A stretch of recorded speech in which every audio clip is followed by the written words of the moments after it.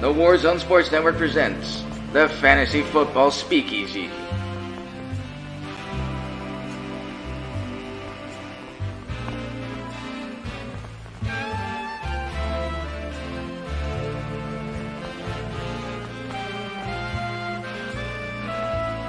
Stay tuned and never miss out. Welcome in to the Fantasy Football Speakeasy. I am your host, Tony Tucker, and as you can see, I am here. I'm all alone today, which is fine because I have a lot of stuff to get into. We're going to be covering, backup running backs that might be on the waiver wire and a good tactic to go after those guys. Places to fill up your bench spots Sunday morning. And then we're also going to be talking about some buy low candidates at the end of the show.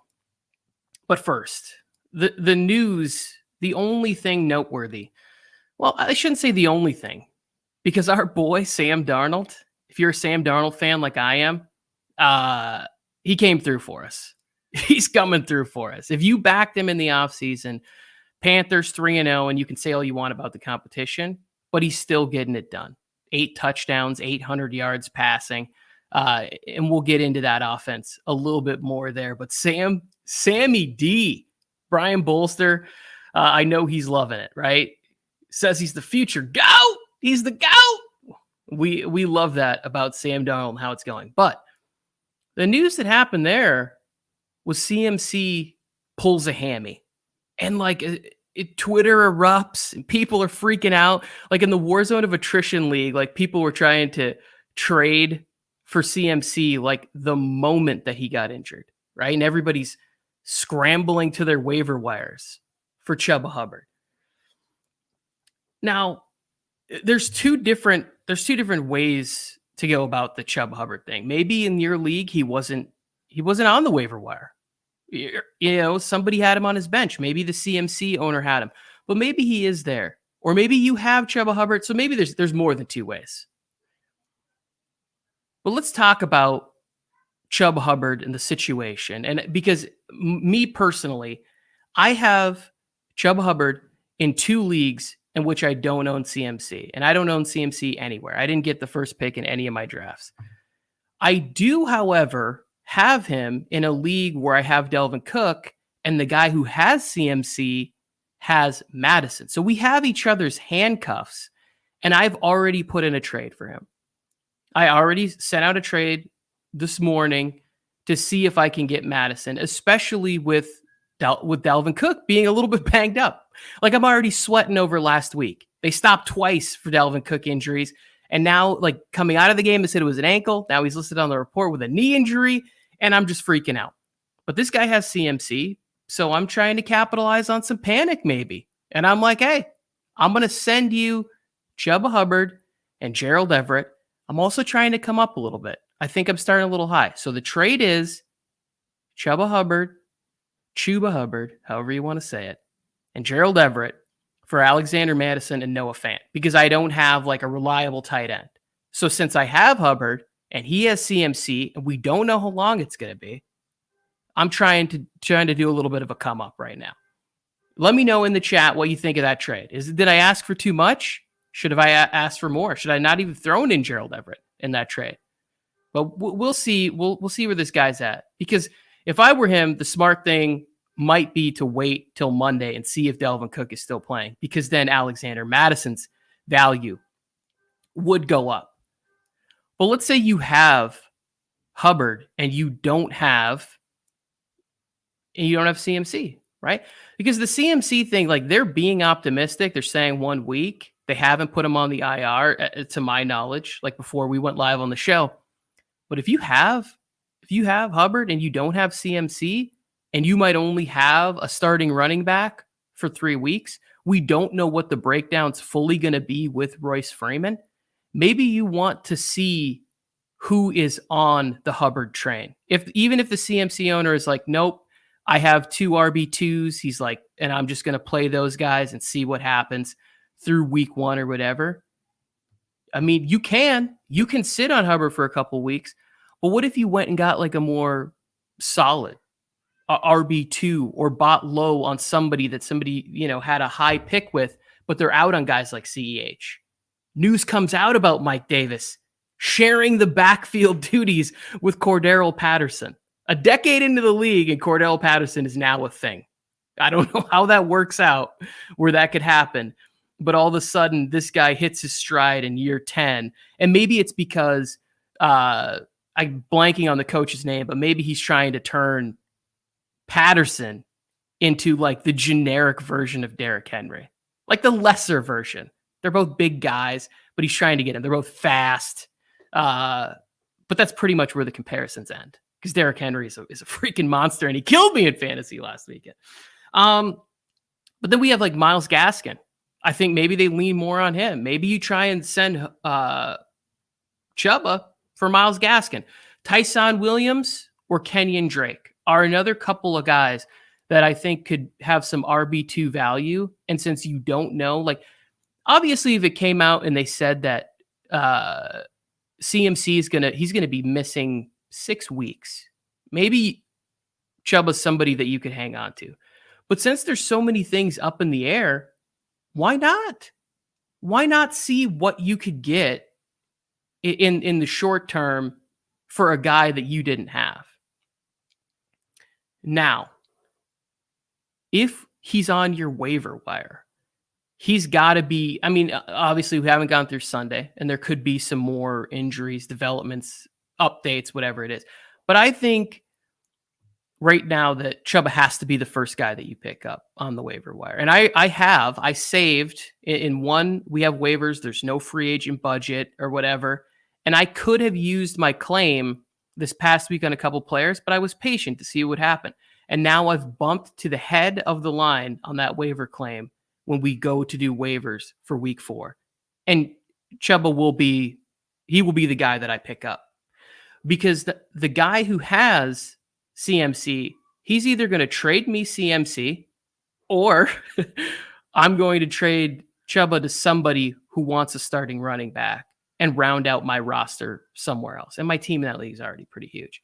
But I think that, like, you have to make him number one, even if you don't have CMC, because having an RB1 on a team is a huge commodity. So nobody out there forget to put in your claim, especially if you have the number one. And don't use the number one on like a wide receiver. Just way too deep. But then that brings me into the second thing that I want to discuss.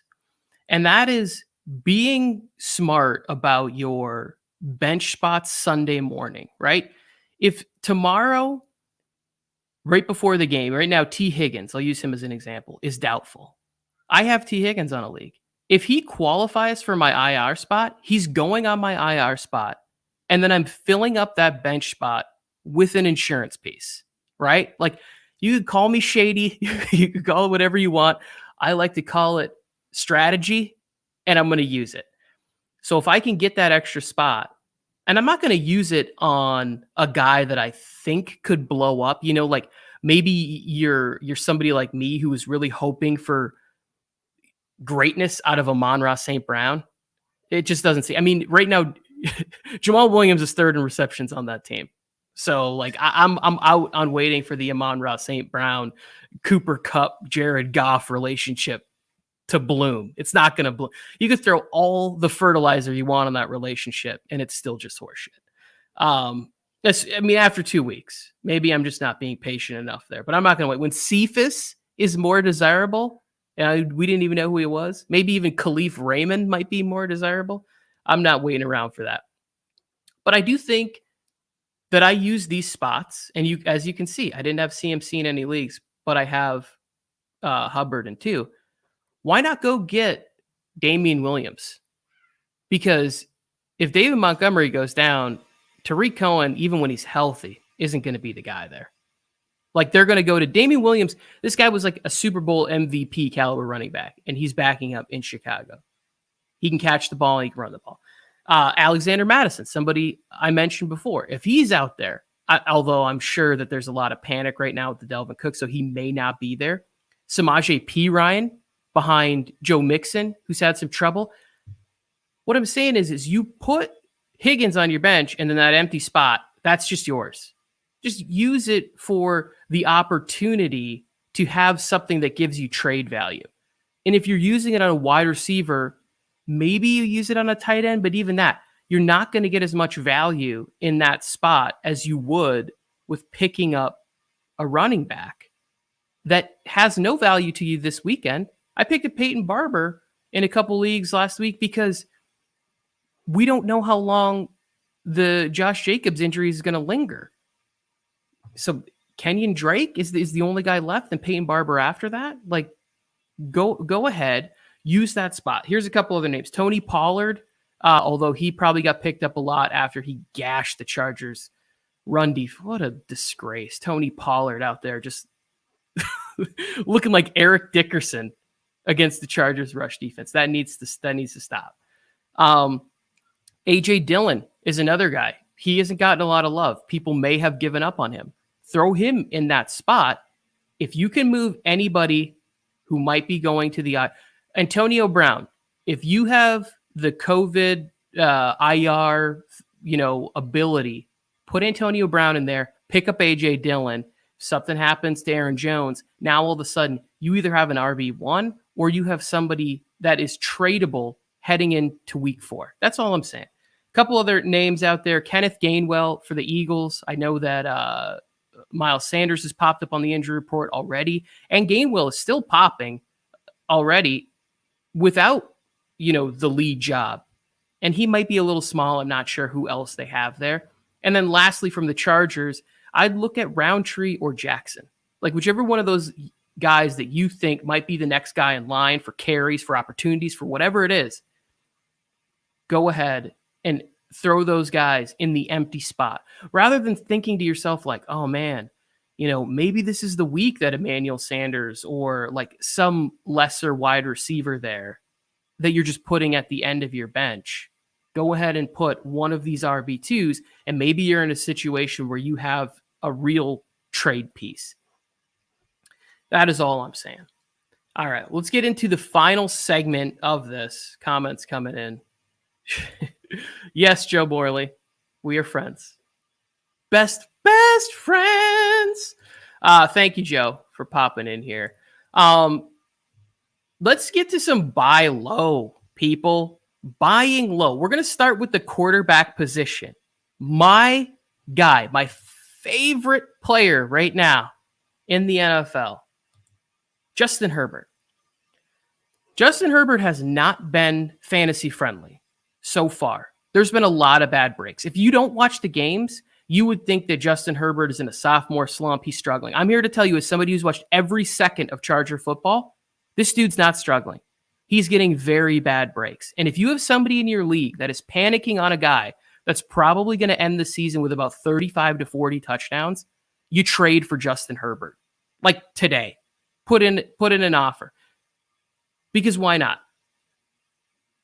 Because you're playing in an offense where the guy's going to throw the ball like 40 times a game. Staley's already said the offense is going to run through Justin Herbert. So I'm just here to say, if you're panicked, if you own Justin Herbert, sit tight, don't worry about it. But if you are struggling at quarterback, if you got off to a slow start, or if you're somebody that's waiting like me for Trey Lance to be a thing and Jimmy G continues to just muddle along in that offense, Justin Herbert's going to be there. He had the bad luck. He had the bad fumble call through the back of the end zone against Washington. And he had 3 touchdown passes called back last week because of penalties. His season could look a lot different so far. He's putting up yards. He's throwing dimes all over the field. He's 3 deep at wide receiver and has a reliable tight end in Jared Cook. And then he's got Austin Eckler back there.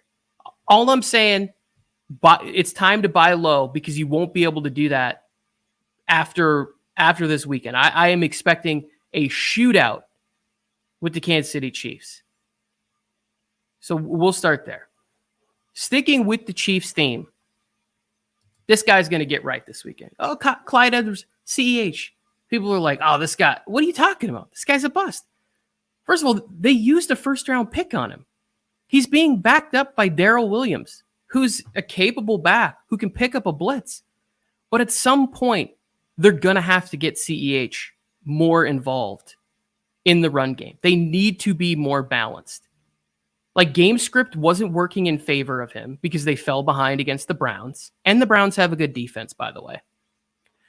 Then they go ahead and they play the Ravens on Sunday Night Football.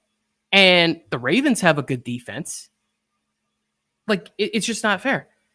If you watched what Tony Pollard and Zeke did against the Chargers last week, this guy is very capable of having a big week. Now, I would like for his breakout to start in week 4. But unfortunately, the Chargers' run defense has some real issues. They gave up 200 yards to the Cowboys. And maybe the Chiefs' offensive line isn't as good. But I just think they have to commit to that side.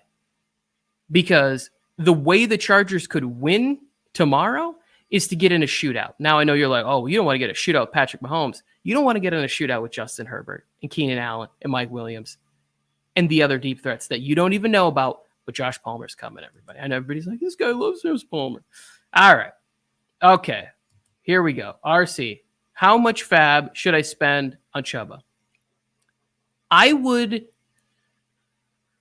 go probably about 40%, depending on if you have CMC, I think you really gotta blow it out and you gotta not get beat to the punch with him there. But if you're just looking for somebody to add to your lineup to bolster what it is, like, people were saying he couldn't catch because he dropped a touchdown pass. The dude can catch. He can catch in college. He caught 2 or 3 balls in this last game. Now, if you're comparing him to CMC, then no, he can't catch. Like, if that's your level of receiving that you want from your running back, which is unrealistic, by the way, that's like saying, that I want to look like The Rock in a t-shirt. It's never going to happen.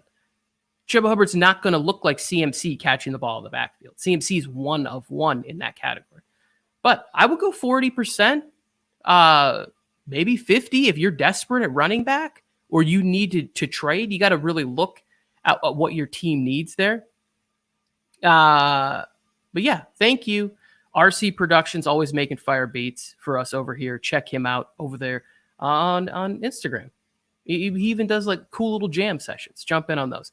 VA Money, is CMC finished? No, he's not finished. It's a hamstring injury. He's not finished. He's not finished. VA Money coming in. Now he's taking shots. This channel is Cheeks. Is that a British thing? I don't know what that means. Screw the Chargers. Okay, now we're just trolling. Raiders fan? Chiefs fan? What's happening with you? VA Money Group, whatever it is. Appreciate you throwing in comments. Doesn't matter. Don't care. Yes, CEH is an RB1 on a top offense and is fantasy irrelevant. He is Pepperton. Right now, he's fantasy irrelevant. But I'm saying that if you can buy low on him, if you can send, I don't even know what you might be trading for CEH, but maybe you're looking at like a receiver who's overperformed and you're deep at receiver.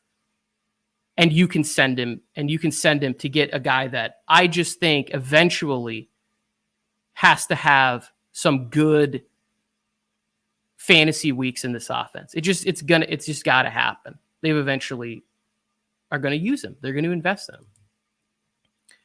Jay Morley, HTTR is a Washington fan. HTTR is a okay. I don't know. It doesn't really matter to me. He said screw the Chargers. So as soon as he put that VA Money Group, you're dead to me. Dead to me. Carson, Jacobs, White, Connor are my current options, and I'm 0-2.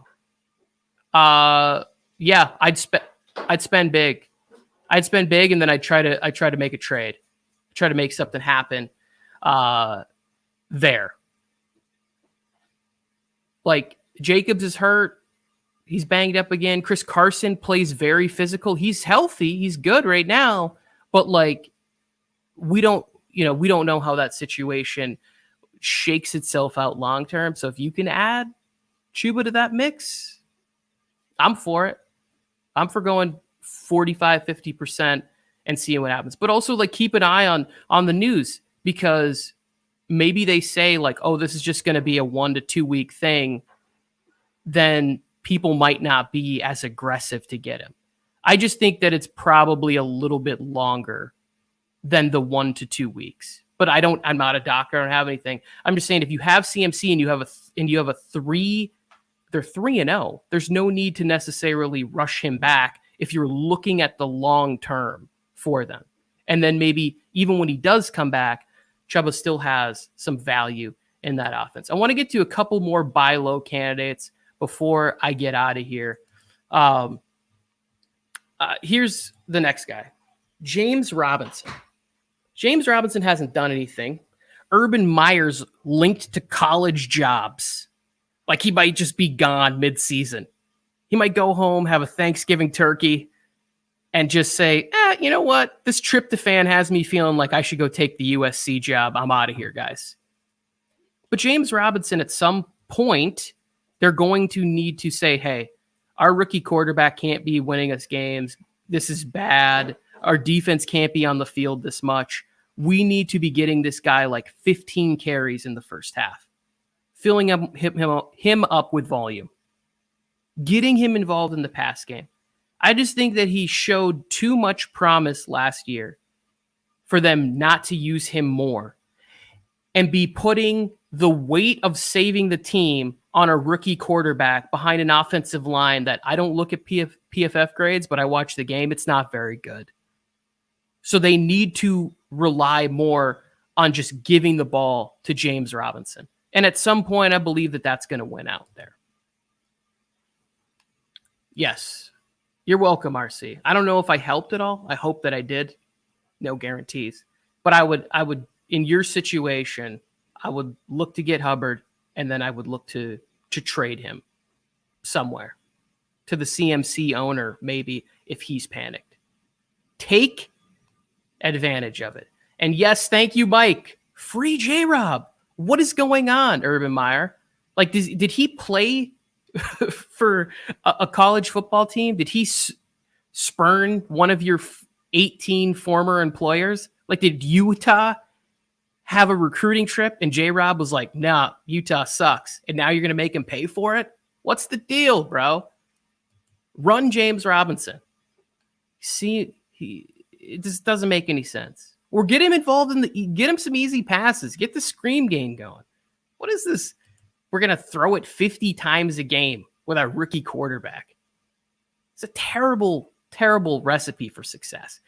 All right, let's move to the wide receivers. Bobby Trees, Robert Woods. He's been off to a slow start. He got the touchdown in week 1, which saved him.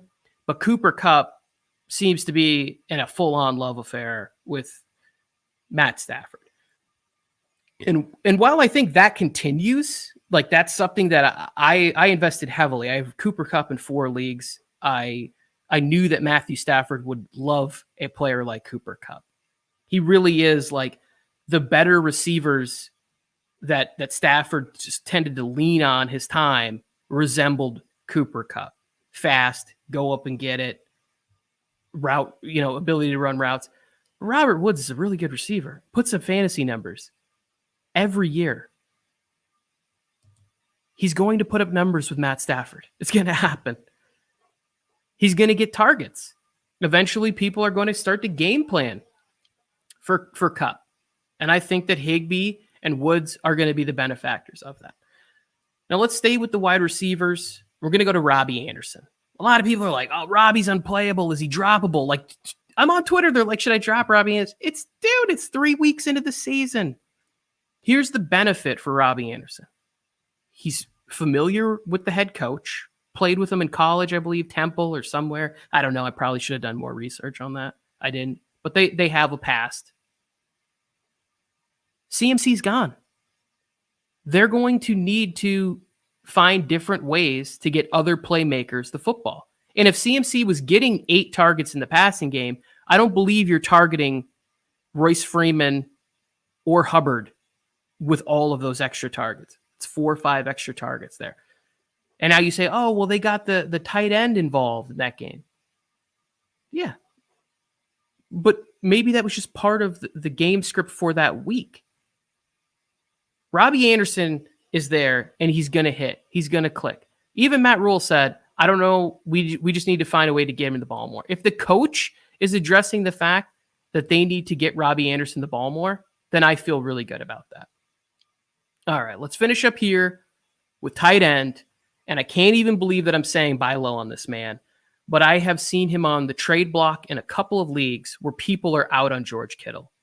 If somebody in your league is out on George Kittle, you need to find a way to swoop in on that, because you might be able to send them somebody that has been overperforming to get yourself a top 5 fantasy tight end. Really a top 3 based on your draft. But people are freaking out. Oh, they changed. They're on to like their 3rd or 4th running back already this weekend. Like Elijah Mitchell, we spent all of our fab budget on him, and it was a 1-week thing that didn't even really pay off. And now Trey Sermon owners are going to get their shot, and maybe Sermon doesn't give that job back. But George Kittle's going to be, he's going to get the ball. They're going to use him. Are they using him in the run game? Yes. But they're going to get him. They're going to find ways to get it to him. They might even run end arounds with him, but they're going to use George Kittle. He's a weapon in this offense. And I just have to believe that if you can buy low on George Kittle, I've already put out a couple of offers. They've been denied. I did go to a Las Vegas fan. I saw that he was a Raiders fan, and I offered him Kenyon Drake because he had Josh Jacobs in his IR spot. I was like, hey, you want Kenyon Drake? He said no. That's fine. I get it. But I might come back with like Kareem Hunt. I might even put together a little package with Chuba Hubbard because he's starting like Ronald Jones at his RB2. The dude's desperate at running back, and I'm going to try and take advantage of it. I'm going to try and weasel away George Kittle before the start of Sunday games in that league. Here we go. More comments before I get to my final tight end, and then we get out of here. I bet if J-Rob gets 25 carries, they win. I like this call, Mike. Like, they would definitely be much more competitive, even if you just slowed down the game and you got rid of some of those incompletions, giving the ball to James Rob. And what do you have to lose? It's not like you're piling up a bunch of carries on a running back that you drafted in the first round in a losing season. Like, they got this guy undrafted. Like, go ahead and use him. I don't know. They don't have some huge investment. Like, I'm more worried about Najee Harris, who I have in a dynasty league, and it looks like the dude's going to get 890 touches this year. And by year 2, he might be like on a downturn behind that offensive line. I mean, I might be over exaggerating a little bit. Can I get the refs on my fantasy team? Fun with the Morleys. They would have had a lot of points against the Chargers. Yes, they were a top 10 start. Tony Correnti and that staff were on there, but don't get me started. I'll start screaming and chucking flags here. Mike Cup making me a fan. Yeah, he is. Check out the film study right now here on the Warzone Sports Network. Go over there. It's a Cooper Kupp and Zach Wilson. It's film study. I know you're like, what could we have learned about Zach Wilson in that film study? Well, we could have learned that he's a rookie and he played Bill Belichick in week 1, and it was not good for my friend. Okay, I don't know what that accent was, but Cooper Kupp, we're all fans. Here we go. I'm not going to attempt to say this name. So, should I accept a trade AJ Brown for Amari Cooper in PPR? I get AJ. Yes, you should. You definitely should. Amari Cooper got banged up last week against the Chargers, and we've already seen that CeeDee Lamb, to me, he's the one that I would prefer before the season coming. Amari Cooper's nice. But A.J. Brown, the only thing I'm worried about, I did trade away A.J. Brown this week, but I bought low on some of the guys that I think. I bought low on Brandon Ayuk, and I bought low on CEH in a trade where I sent the injured Jerry Jeudy and A.J. Brown, and he wanted Carlos Hyde as a handcuff for James Robinson. And I got back Mike Williams, Brandon Ayuk, and CEH in a trade. But I definitely would send Amari Cooper for A.J. Brown. The upside's just too great. I mean, we can't predict injuries, and you're going to have a lot of fear with A.J. Brown because the dude's like 24 years old, and they're already talking about his knees and managing his knees every week and manage. But at some point, you just kind of got to go for the bigger upside, which is AJ Brown and red zone targets. And the fact that who are they going to double? Julio Jones or AJ Brown? He's going to get some mismatches. He's going to have some big weeks. I would look to get AJ Brown over Amari Cooper. All right. Now, for my final, I've already gone over a half hour. You guys don't want to hear me talk this long, but we appreciate everybody who's in here. If you aren't subscribed, please subscribe. Tomorrow morning, we have the Fantasy Football Wake-Up Call, where it's a panel tomorrow, 3 to 4 people, chopping it up with you about your starts and sits on Sunday morning, going over injury reports, trades, all this stuff. It's so much fun. Tomorrow morning, 8 a.m. Pacific Standard Time. I believe that is, 11 p.m. Eastern Standard Time. They will be there. But here's my final buy low. And this one I'm a little nervous about, but I would still buy low on him. And that's Mike Gesicki. Now, if you have a shortage at tight end, I think that the easy completions for them are to Jalen Waddle and Mike Gesicki in this offense, right? Jacoby Brissett tomorrow, playing the Raiders. Ugh, oh man, I hope Jacoby Brissett just slaps the Raiders tomorrow. But Mike Gesicki is there for easy completions, easy targets. Get him the football a little bit more. They're getting back Will Fuller. Maybe they use that to stretch the field, and you be able to find a little more space running Gesicki under those routes of Will Fuller. I think that he's going to go up. I think that Mike Gesicki finishes the year somewhere inside the top 7-8 tight ends. And so if you can send, somebody that's really kind of overachieved. And again, I know that I'm being vague about this. I should have put together a list of people that have overachieved that I'd be willing to move on from. But if you have any suggestions, throw them in the chat. We'll talk about them over the last couple of minutes here. But Mike Gesicki is somebody that I think could finish in the top 7, top 6, 7. Easy completions, either for Tua or Jacoby Brissett, who's ever playing there. But definitely for him. Got another comment here from Pepperton. I might be able to get Gesicki off of waivers. Yes, if you have Gesicki in your league off and you can get him off waivers, put him on your bench. Because if just as if we talked about the delicacy of backup running backs, again, that list of backup running backs that you want to add: Damian Williams, Madison, Samaje Perine, Tony Pollard, AJ Dillon, Kenneth Gainwell, and Roundtree or Jackson. And there's probably a couple of more. But if you can get one of those guys on your bench, they have trade value. If you get Gesicki on your bench and he can put together a couple of good weeks, and I think that he could put together a good weekend in Las Vegas, out there drinking that Ciroc premium ultra vodka, stopped by the nightclub, getting a lap dance, increase the libido, Mike Gesicki could be there. Buy DK Metcalf low.